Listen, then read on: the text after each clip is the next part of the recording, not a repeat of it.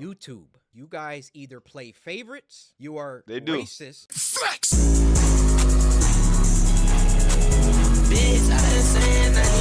Or it's a mix of the two. We all know how finicky content creation can be, specifically on platforms like YouTube, TikTok, and Twitch. You can literally follow all the rules and guidelines that you want to, but it just takes the algorithm not liking you or somebody taking advantage of the system, and then boom, all of a sudden you're shadow banned, your strikes, your community guideline, you're anything and everything that doesn't have you. Or overshadowed by somebody else. In the face of your viewers. It's crazy because all this hard work that you put into a video can get snapped away like Thanos is in the room, and it could jeopardize all the years of hard work that you've done, especially when you're on a generational run like friend of the show Cameron. Now shouts out to Cameron because people aren't talking about his run in the commentary space. I mean, listen, he's on his way to 200K faster than anybody can blink their eyes right now. But he made a great video about Deshae Frost and the things that he does in order to get views and get people to click like and subscribe on his channel. Ultimately, it comes at the expense of his family showing off their goodies. I'm trying to beat around the bush here because I don't want YouTube to come and do the same things to me, but you know. Deshae Frost and his team are doing everything in their power to get my channel taken down. January 1st, 2025, I released a video titled Deshae Frost Has a Huge Problem, where I took a deep dive into Deshae Frost's content on his YouTube and on his Twitch. The overall point of the video was me fairly critiquing his content and pointing out the fact that he'll do anything for views. January 2nd, Deshae Frost reacts to the— like, why? There's so much shit to do in life, bro. You have things are bro.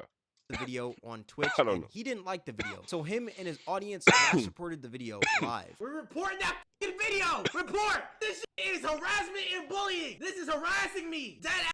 I don't give a fuck.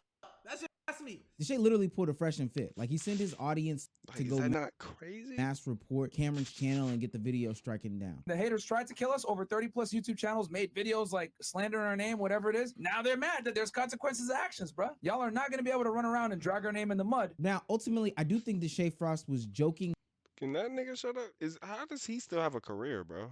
Here, but it's more about the system than anything. Cameron goes on to detail how Jack Dougherty, bro. Can we leave Jack Dougherty? Can we leave that nigga in, bro? Can we leave that, bro? Is he left in 2024? Ask yourself that question.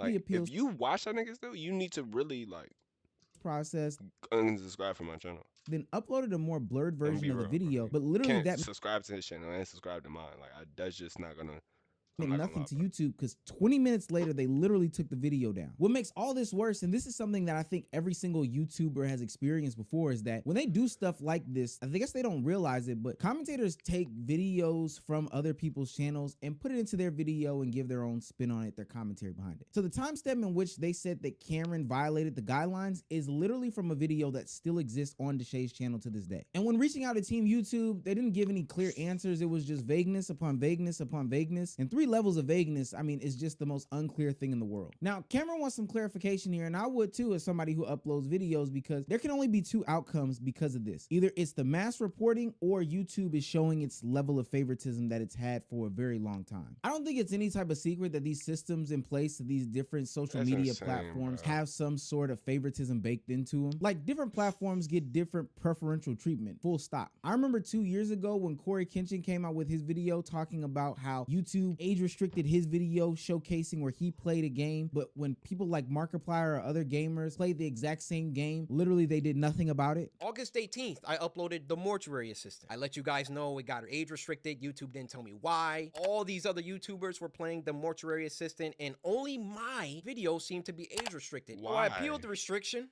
Appeal rejected. They doubled down. The policy team said, no, Corey. My YouTube rep, who isn't on the policy team, he looked at my video and he said it could possibly be this part at the end. So I go to Markiplier's Mortuary Assistant Part 3, and he had the same situation going on, and his video wasn't age restricted. Let me send this to them and see what they say. What do you think happened after that? They removed my age restriction. Now my YouTube rep, he was excited. I said, why? I expected them to triple down and give Markiplier an age restriction too. But they looked at Mark's video and they used that to verify my innocence. It's funny because in that same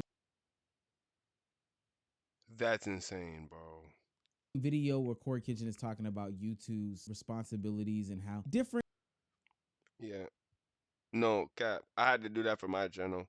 No bullshit. They are and they play favoritism, he got ad suitability in that video almost immediately, he said. Look, YouTube's bigger content creators can sway the platform. We know this. These are the people that drive eyes and viewers to the platform. So naturally speaking, if people were looking to do things from a business perspective, then they would honestly have some sort of favoritism baked in. It makes sense. But the problem is when these bigger channels now have this level of intimidation that they can place upon smaller channels, because at the snap of a finger, they know that they can levy their power or whatever abilities or reps that they have, or, you know, have their audience, weaponize them all against smaller creators. And all that leaves for the smaller creator is a prayer in a tweet on Twitter that says, hey, can you blow this up? And then some automated response comes in from, I don't even know how they find these things, bots or whatever the case may be. And you get some generic ass answer, but ultimately the person that wins in these situations is even the bigger creator. And it's crazy when it happens to bigger creators, when bigger creators get sunned by bigger creators. It clearly states that there is a problem in the system and something needs to be done about it. Every single time that I come back to YouTube, I'm #1 trending for a few days, and then they find some arbitrary issue. They nitpick and they try and find something that they can incriminate me for and try to push me down. You don't believe me? What happened the last time I came back and I was #1 trending for like a week? They copyright struck me for a video that was in 2019 or something like that. Why don't these issues ever crop 2019, nigga, up when I'm not uploading? I'm not on YouTube like 9 months out of the year. Nothing ever happens until I come back and I start uploading again and I'm getting my numbers. I'm #1 trending, and then they're like, hey, we need to stop him. We need to, this black man, he's getting too many views. He's getting too much exposure, too much activity. We've also seen bigger creators leverage things like DMCA claims that say, hey, something's going on in this video, it's copywritten, they don't have my express written consent, blah, blah, blah, blah, blah, and say, we need to look at this person's channel and take their content away. Remember I mentioned Fresh and Fit earlier? It's not because this is videos about Red Pill. It's because a couple of years ago, they did some of the most absurd things that are big no-nos on YouTube. They went around and started filing claims on channel after channel after channel. Specifically, Abba and Preach and our good friends Playback.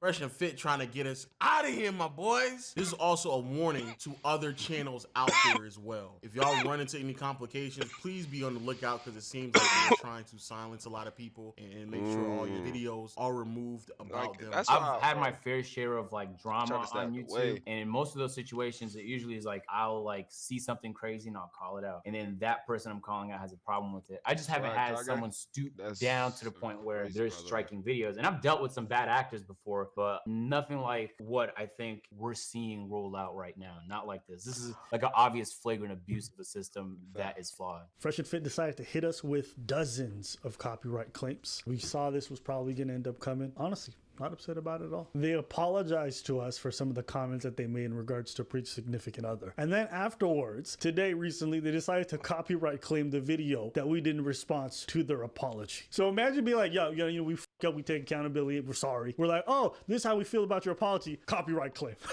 Now, Fresh and Fit did what they did, and ultimately everything got reversed. And honestly, they got a slap on the wrist, and that was probably the beginning of the downfall of Fresh and Fit as a channel as a whole. It's because what they did, you just truly can't do. But the fact that they were even able to do it, like the system in and of itself should be fixed, because nobody should just be able to go and look at 30 channels and clap everything at once without there being some sort of pause. This is the way that it goes. You can report it to YouTube. YouTube is going to take action on the channel first, and then they may go and do their due diligence behind it, as opposed to, okay, we got a bunch of claims, let's do an investigation first and then take action. That's how normal people do things. And the reason why they do that is to open up this runway for a bunch of unclear guidelines and unnecessary and not explained enforcement of the rules. Like, YouTube gives out the most vague guidelines in the world. You would think that as a creator, they hand you some sort of playbook that gives you at least some sort of visual examples of what can go wrong or why this would get flagged, etc., etc. But no. And even when asked for a response, it's usually bot after bot after bot. And unless you have some sort of connection to YouTube, like a YouTube rep, like some of the bigger channels have, you getting somebody actual to explain why this was done is not going to happen to you. It's crazy because simultaneously, the guideline is also so clear enough that even when you do things to a T and replicate videos that other people post on their channel, or hell, replicate things that you've done what on he your... said.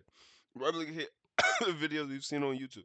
That's what regular people do. Channel before, you can still get flagged. You can still get, striped, or you can still get some sort of repercussion for the video that you put out. It happens to me all the time when I get ad suitabilities on follow-ups or videos that I've done in the past. And what's crazy is the ones in the past aren't flagged, or the ones in the current aren't flagged, but the ones in the past were flagged. It's super inconsistent. Hell, it just happened to me recently. I put up a video talking about, I don't even know if I should really say this, but I put up a whole video talking about the whole To Catch a craze, where somebody IRL did the same exact thing and some students got charged. I don't want to go into too much detail, but if you saw a video on my channel a couple days ago and wondering where it is right now, that's because YouTube took it down. It's crazy because the clips that I use in the video are from Vitali and literal news. Like, this is from NBC News. And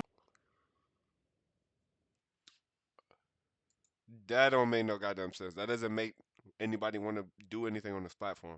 YouTube, you gotta tighten up.